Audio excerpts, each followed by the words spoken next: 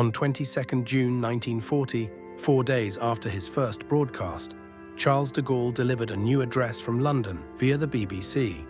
His earlier appeal on 18th June had urged the French to reject defeat after the government in Paris sought an end to the fighting. That moment marked the beginning of his role as a voice for continued national resistance. This second speech came just hours after France officially signed an agreement to cease hostilities. The terms included foreign occupation, disarmament, and political control. Many in France were shocked by the speed and extent of the concessions. For de Gaulle, this confirmed the urgency of building an alternative path. In his speech, de Gaulle highlighted that France still had allies, resources, and support abroad. He stressed that the conflict was global and that the future remained open to those who would act. His message aimed to gather support from soldiers, workers, and citizens beyond France's borders to continue the struggle. Le gouvernement français, après avoir demandé l'armistice, connaît maintenant les conditions dictées par l'ennemi. Il résulte de ces conditions que les forces françaises de terre, de mer et de l'air seraient entièrement démobilisées, que nos armes seraient livrées, que le territoire français serait totalement occupé et que le gouvernement français tomberait sous la dépendance de l'Allemagne et de l'Italie. On peut donc dire que cet armistice serait non seulement une capitulation, mais encore un asservissement. Or, beaucoup de Français n'acceptent pas la capitulation ni la servitude pour des raisons qui s'appellent l'honneur, le bon sens, l'intérêt supérieur de la patrie. Je dis l'honneur, car la France s'est engagée à ne déposer les armes que d'accord avec ses alliés. Tant que ses alliés continuent la guerre, son gouvernement n'a pas le droit de se rendre à l'ennemi. Le gouvernement polonais, le gouvernement norvégien, le gouvernement hollandais, le gouvernement belge, le gouvernement luxembourgeois, quoique chassés de leur territoire, ont compris ainsi leur devoir. Je dis le bon sens, car il est absurde de considérer la lutte comme perdue.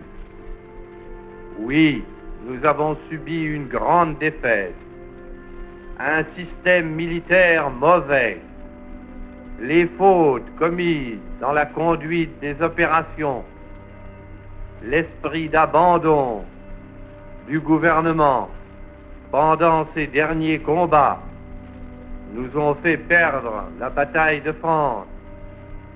Mais il nous reste un vaste empire, une flotte intacte, beaucoup d'or. Il nous reste des alliés dont les ressources sont immenses et qui dominent les mers. Il nous reste les gigantesques possibilités de l'industrie américaine, les mêmes conditions de la guerre qui nous ont fait battre par 5000 avions et 6000 chars peuvent nous donner demain la victoire par 20 000 chars et 20 000 avions. Je dis l'intérêt supérieur de la patrie, car cette guerre n'est pas une guerre franco-allemande qu'une bataille puisse décider. Cette guerre est une guerre mondiale. Nul ne peut prévoir si les peuples qui sont neutres aujourd'hui le resteront demain. Même les alliés de l'Allemagne resteront-ils toujours ses alliés? Si les forces de la liberté triomphent finalement de celles de la servitude, quel serait le destin d'une France qui se seraient soumises à l'ennemi.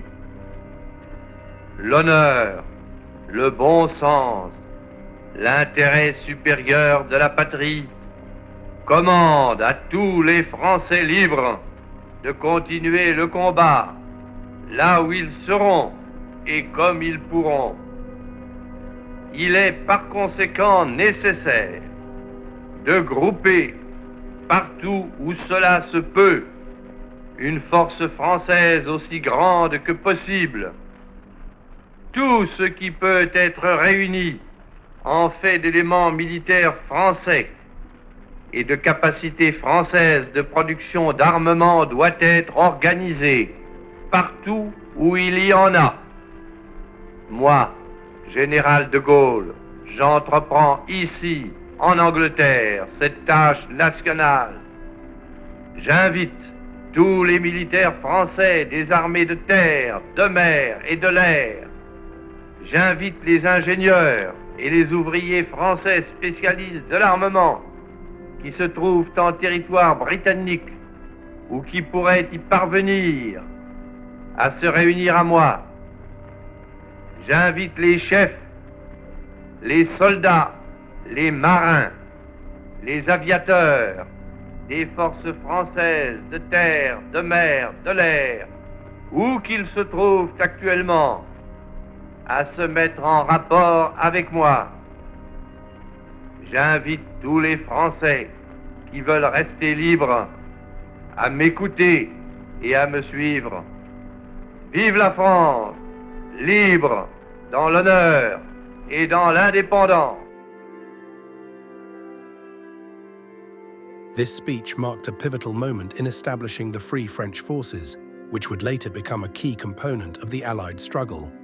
De Gaulle's message helped unify soldiers, engineers, and civilians abroad who refused to accept occupation. His leadership gradually gained international recognition, beginning with support from Britain. In the months that followed, de Gaulle worked to organize political and military structures in exile. The Free French began coordinating operations alongside Allied forces in North Africa, the Middle East, and eventually in Europe. His broadcasts continued, maintaining morale and spreading the idea of national resilience. Long-term, this speech helped shape post-war France. De Gaulle emerged as a central figure in national restoration, eventually leading the provisional government after liberation.